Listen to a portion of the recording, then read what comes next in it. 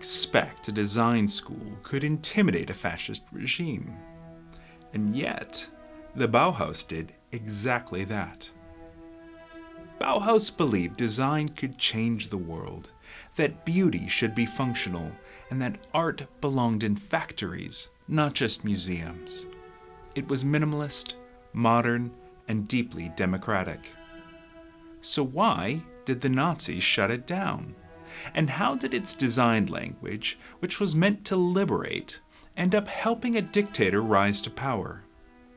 This is the story of how the Bauhaus was born, banned, scattered, and ultimately co-opted. To understand the Bauhaus, we have to go back to a broken Germany. It's 1919. World War I has just ended. The German Empire has collapsed. The Treaty of Versailles has imposed crushing penalties. The economy is tanking, the culture is fractured, and the people are looking for something, anything to believe in. And out of this chaos, an architect named Walter Gropius saw an opportunity, not just to rebuild buildings, but to rebuild society itself. He founded the Staatliches Bauhaus, literally meaning house of building, in Weimar. But it wasn't just an architecture school. It was a radical experiment in how design could change the world.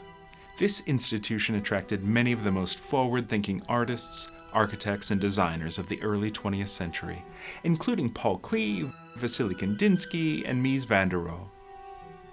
The idea was this: what if we could tear down the wall between fine art and functional craft?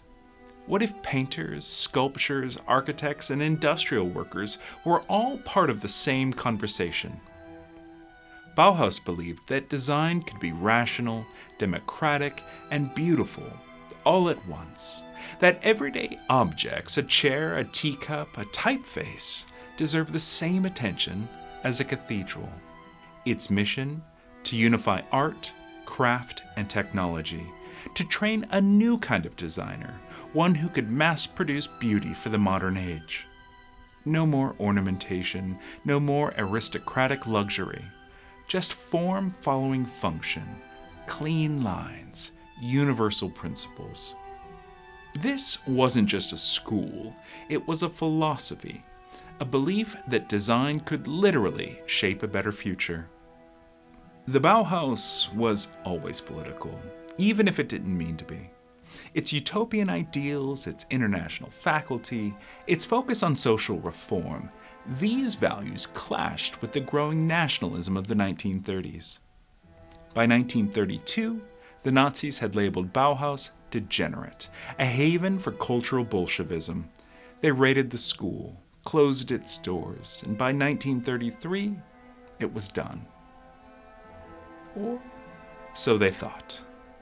When the Nazis shut the doors, the Bauhaus didn't die. Its ideas didn't vanish. They traveled with its people. Laszlo Moholy crossed the Atlantic and founded the new Bauhaus in Chicago, planting modernist design in American soil. Walter Gropius and Marcel Breuer joined the faculty at Harvard, where they shaped generations of architects and thinkers. Mies van der Rohe brought his less is more philosophy to the United States and went on to reshape the American skyline, from Chicago to New York. And Ani and Josef Albers transformed art education at Black Mountain College, blending Bauhaus discipline with American experimentation. Together, they didn't just preserve Bauhaus thinking, they amplified it across continents and disciplines.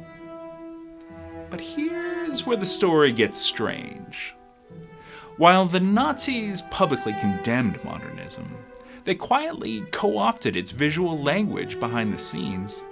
They understood that design held immense power, not just aesthetically, but emotionally, psychologically, and culturally. Consider the swastika. Though the Nazis didn't invent it, they weaponized its stark geometry. It was bold, symmetrical, and endlessly reproducible, an ideal symbol for mass propaganda designed to burn itself into the public imagination. Their posters followed similar logic: clean layouts, simple color palettes, and clear hierarchies of messaging designed for maximum impact and minimal resistance. Even Leni Riefenstahl's Triumph of the Will, often cited as one of the most effective propaganda films ever made, used the same visual strategies found in Bauhaus design: clean lines, symmetrical framing, and high contrast imagery. Only now, those tools were being used to elevate fascism and glorify a dictator. Albert Speer's architecture, though neoclassical in form, relied on modernist staging: giant columns, perfect grids, oversized banners. Design was used to intimidate, manipulate, and mythologize. The Nazis didn't adopt Bauhaus ideals. They borrowed its techniques because they worked. It's one of history's most chilling paradoxes. Design meant to free the world was repurposed to control it. But ideas are like seeds. They scatter in the wind. What was once twisted into a tool of oppression found new soil elsewhere and began to bloom again.